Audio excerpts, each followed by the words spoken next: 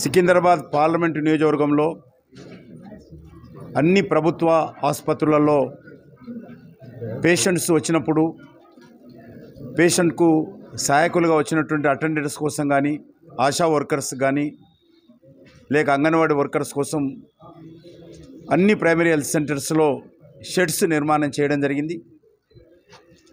ఆ రకంగా సుమారు 33 ఆసుపత్రులలో ఈరోజు షెడ్స్ నిర్మాణం చేయడం జరిగింది కేంద్ర ప్రభుత్వం తరఫున.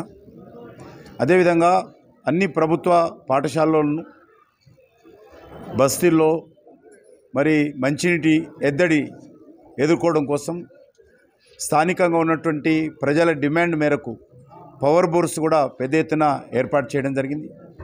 అనేక ప్రాంతాల్లో కూడా అంగన్వాడీ సెంటర్స్ ఏర్పాటు చేస్తూ ఉన్నాం.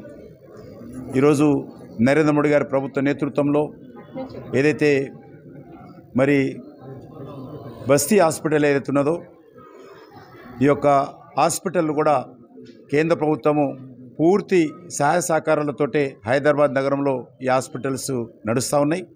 ఈ హాస్పిటల్స్ మరింత బలోపేతం చేయడం కోసము మరి కేంద్ర ప్రభుత్వం నిర్ణయించడం జరిగింది.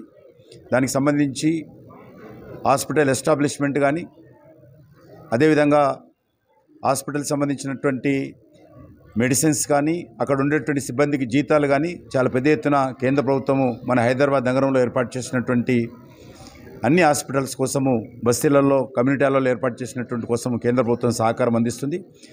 భవిష్యత్తులో రానున్న రోజుల్లో హైదరాబాద్ నగరంలోని ప్రజల యొక్క మరి మేలు కోసము మరింతగా ఈ హాస్పిటల్స్ను పటిష్టం చేసేటువంటి కార్యక్రమం కానీ మౌలిక వసతులు పెంచే కార్యక్రమం కానీ భారత ప్రభుత్వం తరఫున చేయనున్నాము. ఈరోజు అందులో భాగంగా మషీరాబాద్ అసెంబ్లీ నియోజకవర్గాల్లో ఉన్నటువంటి వివిధ బస్తీల్లో మరి అభివృద్ధి కార్యక్రమాలలో పాల్గొంటున్నాము.